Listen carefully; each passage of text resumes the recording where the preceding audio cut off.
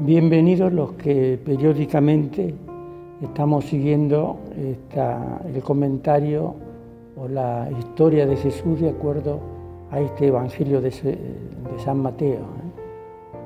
No, en el Nuevo Testamento tenemos el Evangelio de San Mateo al principio, pero no es porque se escribió primero. El primer Evangelio que se escribió fue San Marcos, y después se escribieron los otros. El último fue San Juan. Y de acuerdo a la biografía de Jesús, de su discípulo Mateo, estamos ya en 2 días antes de que a Jesús lo crucifiquen. Y yo calculo, él había venido para morir. La verdad, todos nacemos para morir, la muerte es parte de la vida.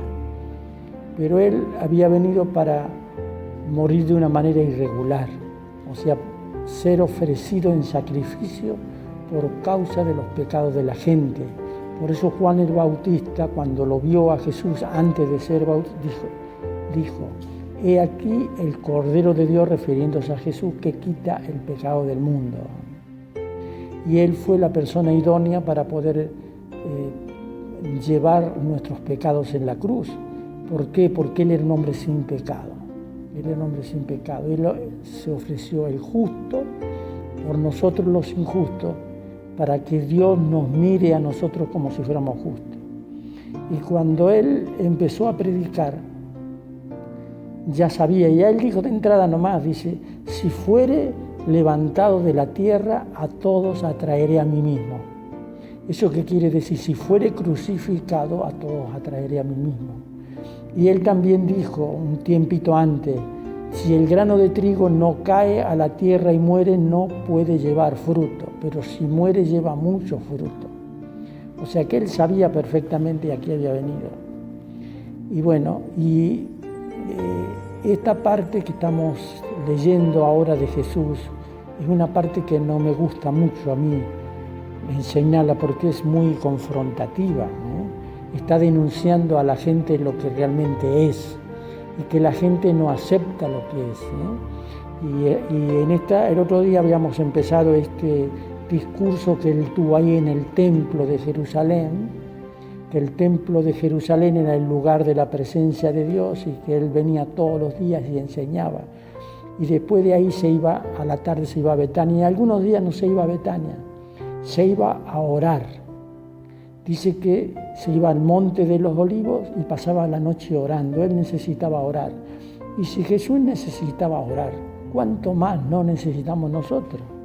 Si él necesitaba, y pensar que los cristianos de hoy día ni oran.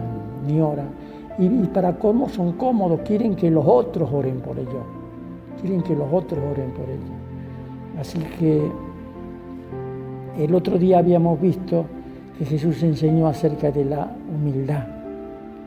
Dice: el que se humillare, Dios lo levantará, pero el que se enalteciere, Dios lo humillará. Y yo prefiero que Dios me levante y no que yo ser enaltecido, o ser enorgullecido, levantarme, estar ahí como la mayoría de la gente que son líderes, se hacen notar que ellos están ahí.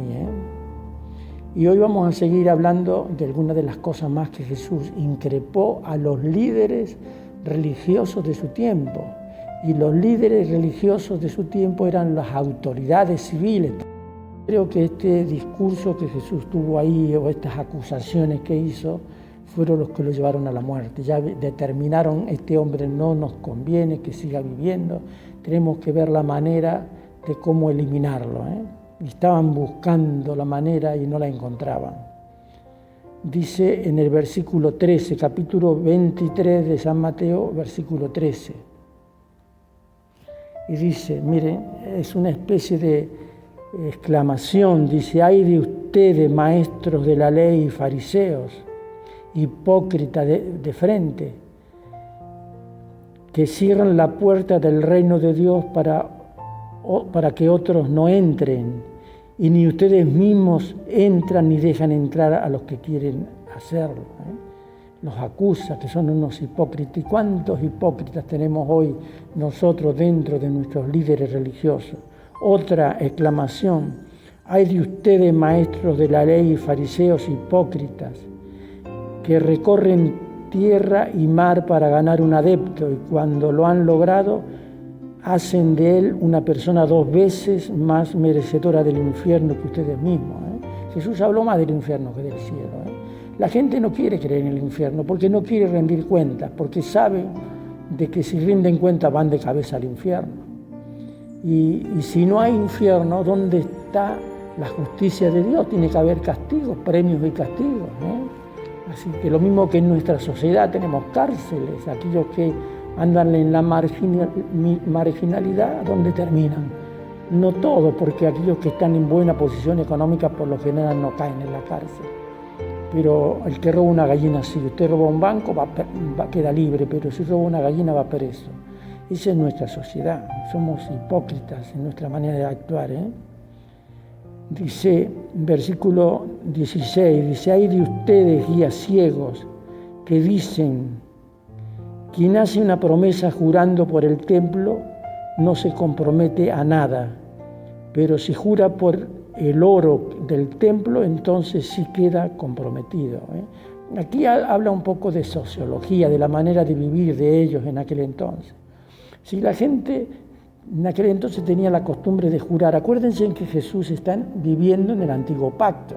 Esto es importante, porque el nuevo pacto aparece después que viene el Espíritu Santo en Pentecostés. Cuando viene el Espíritu Santo, viene el nuevo pacto, viene la ley del Espíritu, y la ley del Espíritu da vida. En cambio, las leyes del antiguo pacto dan muerte, condenan a uno. Jesús vivía. Y en las costumbres que tenían en aquel entonces, era que cuando uno juraba, después en el nuevo pacto no hay juramento. Jesús dice, ustedes no tienen ni que jurar ni siquiera por el cabello de la cabeza, porque ni saben cuántos pelos tiene. Sin embargo, Dios los tiene todos contados. No se cae uno sin su consentimiento. Y en aquel entonces la gente juraba por el templo, juraba por el oro que se ponía en el altar, hacía toda clase de juramento.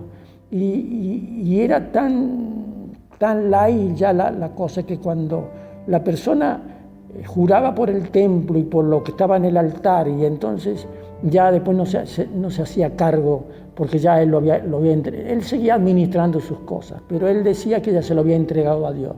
Entonces él no era responsable por cuidar a su padre, que era viejito, a su madre, porque ya se lo había entregado a Dios. O sea, había una hipocresía tal.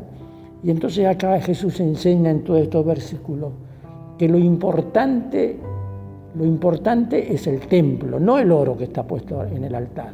Porque el altar bendice a lo que está consagrado, y el templo bendice al altar y bendice a lo que está también el cielo. Cuando uno jura por el cielo, está jurando por el que está en el cielo, que en el cielo está el trono de Dios. Bueno, Jesús habla acá un montón de exclamaciones en contra de todos esos principios que ellos tenían, de que para liberarse de sus responsabilidades con respecto a la familia, al trabajo, hay un montón de cosas. Entonces hacían un juramento y entonces no cumplían lo que la ley de Moisés mandaba.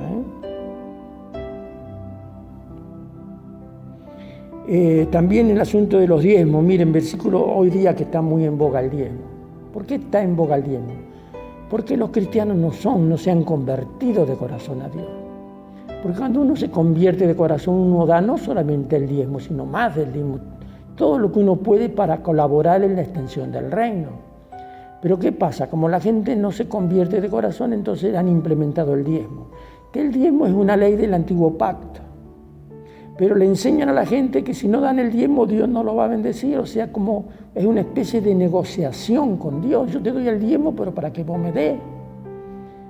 Pero en el nuevo pacto no está el diezmo implementado, están más bien las ofrendas y con corazón alegre. Pero como nuestros cristianos hoy día no se convierten de corazón, entonces se manejan por reglamentos y entonces todo inclusive en algunas instituciones le toman el nombre a cada uno y todos los meses le controlan si dio o no dio el diezmo. Ya es legalismo, eso ahí no hay espiritual de cristianismo, ya ahí están manejándose por la ley. Y miren lo que dice aquí, versículo 23, dice, hay de ustedes, maestros de la ley, fariseos hipócritas, que separan para Dios la 10ª parte de la menta, del anís y del comino, pero no hacen caso de las enseñanzas más importantes de la ley, que son, la justicia, la misericordia y la fidelidad. Dios quiere que seamos justos, que seamos misericordiosos, que seamos fieles, Pero nosotros no somos ni justos, ni misericordiosos, ni fieles. Y sí, nos ponemos y damos los diezmos. Y creemos que ya dando el diezmo ya Dios nos acepta en su reino. Ya nos merecemos la gloria, nos merecemos todos los beneficios de Dios. ¿Y qué dice acá?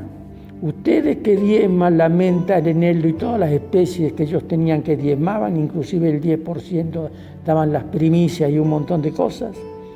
Entonces, pero no hacen la cosa que es más importante, no hacen caso de las enseñanzas más importantes de la ley, que son la justicia, la misericordia y la fidelidad. Dios quiere que seamos fieles, que seamos misericordiosos y que seamos justos. ¿Y qué es ser misericordioso? Es amar a aquello que no se merece ser amado. Es poner el corazón en la miseria. Eso es misericordia. Dar el corazón a la miseria. Y nosotros como cristianos hemos ido a ser misericordiosos y no legalistas.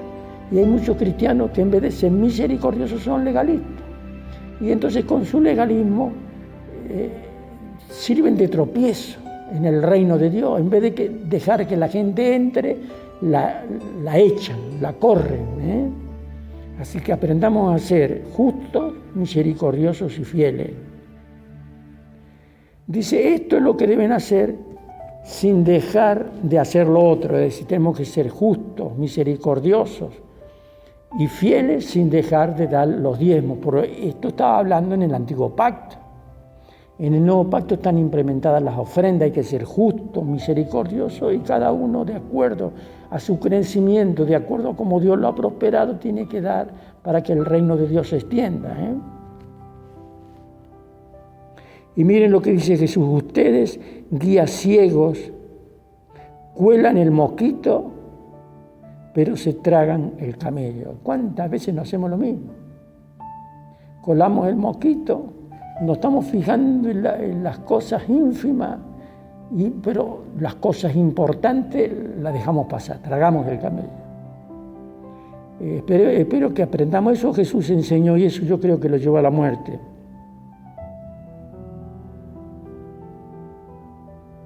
Dice versículo 25, «Ay de ustedes, maestros de la ley, fariseos hipócritas, que limpian por fuera el vaso y el plato, pero por dentro están llenos de lo que han conseguido por medio del robo y de la avaricia. Fariseos ciegos, primero limpia por dentro el vaso y así quedará limpio también por fuera». ¿Eso qué quiere decir? Que le sacan la plata a la gente y esa plata es mala vida.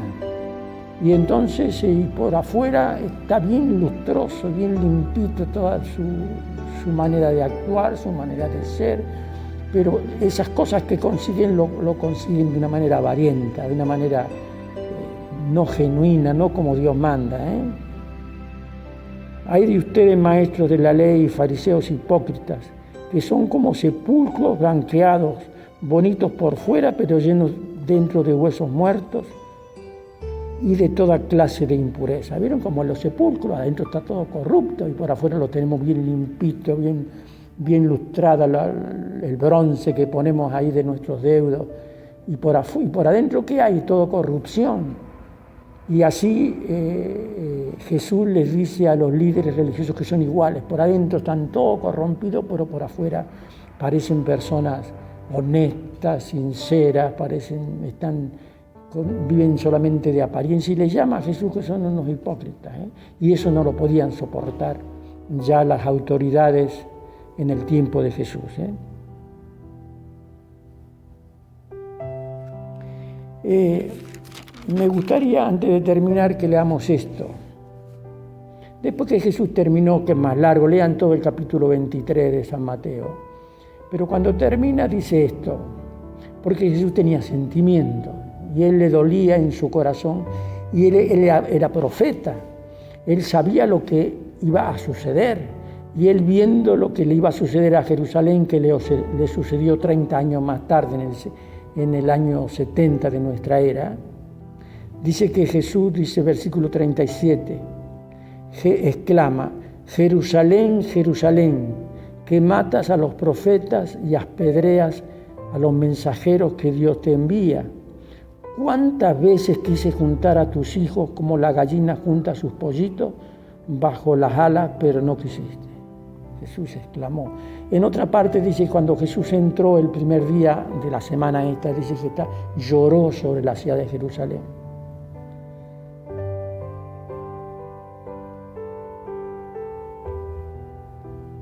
¿Cuántas veces quise juntar a tus hijos como la gallina junta sus pollitos bajo las alas, pero no quisiste?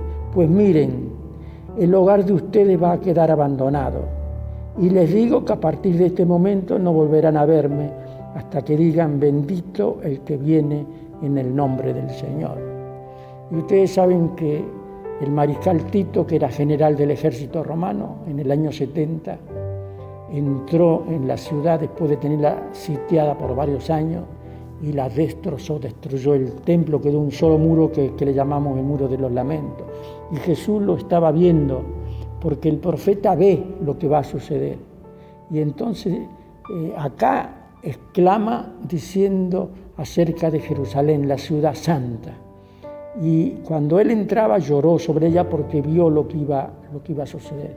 Y cuando sucedió lo del mariscal Tito, que después fue emperador romano, cuando sucedió, muy pocos cristianos murieron, siendo que ya había como 100.000 cristianos en la iglesia de Jerusalén. Pero como Jesús enseñó, cuando ustedes vean la ciudad cercada por los ejércitos, huyan a los montes. Y los cristianos, cuando vieron la ciudad cercada por el ejército romano, que estuvo cercada varios años, huyeron a los montes, haciendo caso a lo que Jesús había enseñado. Porque Jesús tenía sentimiento, y Jesús nos ama, Él tiene sentimiento, aún ahora que Él no es más hombre, que Él está sentado a la diestra del Padre. Él te ama, me ama, y Él quiere que nosotros andemos. Hemos sido creados para andar agarrados de su mano. Y a Él le duele en su corazón cuando la gente no busca a Dios y cada uno hace la suya. Bueno, espero que analicemos, pensemos, y esto mucho no me gustaba, pero hay que decirlo para que veamos cómo era su personalidad, cómo era Él. No era pusilánime, no era una persona que no tenía un carácter firme. Él sabía perfectamente, y cuando él ya sabía que lo iban a matar, dice que él unos días antes, dice que afirmó su rostro para ir a Jerusalén. Y cuando él estaba orando antes que lo agarren preso, dice que transpiraba sangre porque le estaba cayendo el peso del pecado de la humanidad sobre él. Y cuando el soldado romano lo lanceó y que salió agua mezclada con sangre, eso es señal de que ya su corazón, por el gran sufrimiento, había reventado antes y se mezcló la sangre con el líquido que está alrededor del corazón. Espero que comprendamos cuánto Él nos ama y cuánto nos ha amado y lo que ha tenido que hacer para que nosotros podamos andar agarrados de su mano. Bueno, que Dios los bendiga y que Dios los acompañe y que sepamos tomar decisiones inteligentes.